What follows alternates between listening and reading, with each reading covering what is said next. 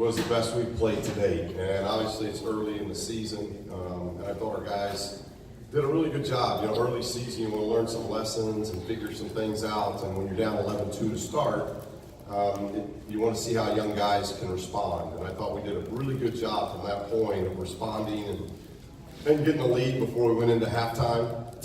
And then I thought in the second half we came out and just put it all together, both defensively and offensively. I thought defensively we were pretty consistent in both halves. I thought first half offensively might have been as bad as we played.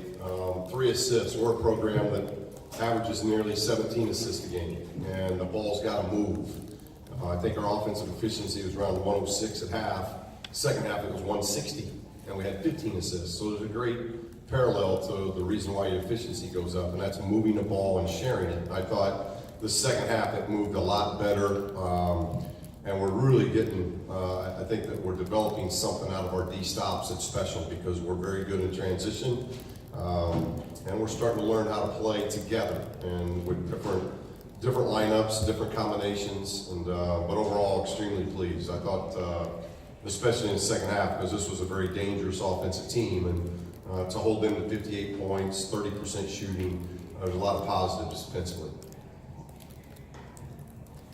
Moses, I think in the first half scored all his points on second chance points, and in the second half got more involved in the flow of the offense. How impressive was his all-around game today? Well, Moses special player, 23, 14, and 8 in less than 30 minutes. So he's a presence at both ends, and he's very, very active. 7 offensive rebounds is terrific activity. So he runs, he catches everything. He's got great hands. He's got quick feet. You saw him a little bit today in getting a loose ball and dribbled it to about half court. There's going to be a day he's going to dribble it all the way. I'm not going to be able to stop him. And he's capable of doing that. So he's just, he's a gifted individual, but I just love his motor. He's got a high motor, and when you've got a high motor at 7'2", you got a chance to be pretty doggone good. And we're seeing that out of Mo. He's had a very special start to his freshman year. And people have to prepare for him, and I think that's going to open up some things for some other guys. Steve, you had another solid night from some of the bench guys, especially Jules. You at the point where you have confidence that they can either come in and hold the fort or even extend things? Yeah, I think, again, it's early in the season, but we've always had confidence with freshmen. I've always played freshmen, so I like them coming out of high school, their confidence, and throwing them right in there. And, we've always done that with our freshmen, and so we're doing that again with this group, and they're playing very well with what obviously Moses, Jules, and David are doing, and we got Kenny in there tonight, which was good because I like getting him some minutes. And then I like that sophomore, the group of sophomores too, that obviously Wilkes and Hands played last year, and Chris Smith, but Chris Smith's playing a little different role. I think he's playing at a really high level, and Jay Hill didn't play at all last year, so he's learning and doing a lot of good things, and arguably might be one of our better defenders. So, we're just a very young, inexperienced team, so we break it down into 4-minute segments regardless of what the score was, and we're just pounded into them. This 4 minutes is important because we got to keep learning. It's an experience that we're not going to get back, and so we just got to keep learning in every 4-minute segment, and I thought the guys did that. I didn't like our start. If there was a negative, I didn't like our start, but outside of the first 4-minute start, it was pretty good 36 minutes. Coach, Jalen and Chris, I think they went 0 for 11 in the first half. What did you see from them in the first half, and what changed in the second half? I think they were in a hurry, and those are our 2 leaders. And we talked about that. I thought both Jay and Chris were in a little bit of a hurry. And there's going to be nights where the ball just doesn't go in for them. You take good shots and you miss them. But I thought both of those guys were in a little bit of a hurry. I think Jay had 1 assist at halftime, and Chris had 1 rebound at halftime. So my message was, if the shot's not going and you're taking good shots, then let's get 5 assists, Jay, and let's get 5 rebounds, Chris.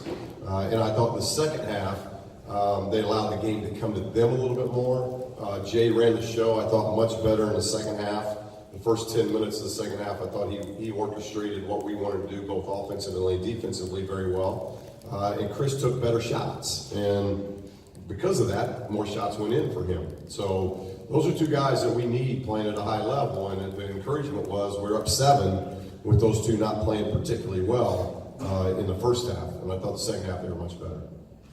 Coach, over the first two games, it was nine block shots over the course of the first two games combined, and now tonight was 13 and 8 from Mo alone. What kind of led, other than Mo being 7-2, what led to the 13 blocks tonight? Well, I don't think very many other guys really, their blocks probably didn't go up that much. Maybe Prince, he didn't get 2 blocks a game, but it was just Mo. You know, Mo's presence is huge. I mean, he's got great timing. He's just a big, and he had 8 blocks, but he changed another 8 shots. But that's what we need. And I think now, I'm hoping that we're able to gain momentum defensively, that we can pressure more. You know, you've got that guy on the back line as a rim protect, and we haven't had a rim protect. But the thing that I've really liked about Mo through 3 games, he hadn't been in foul trouble. So he's done a very good job of defending without getting in foul trouble. And we're learning to play with him, you know. And this team, I thought, did a good job of trying to surround him in the post. And we'll be able to watch this tape and help Mo and help the team because they played him a little bit different in the post. I think there was a lot of attention given to him in the post.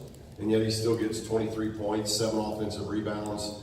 He's a load offensively and really opens up things for the perimeter that way when we go inside out. And that's what we've got to be able to do offensively, is make sure we're going inside out. One more thing about Mose.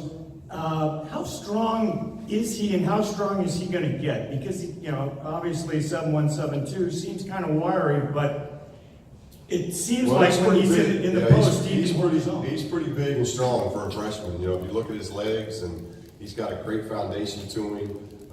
He's got pretty good strength. You run into Mo, you feel it, and he's got that. You know, we've always told him he's like a young giraffe. Sometimes you don't know if he's going right, left, forward, backward.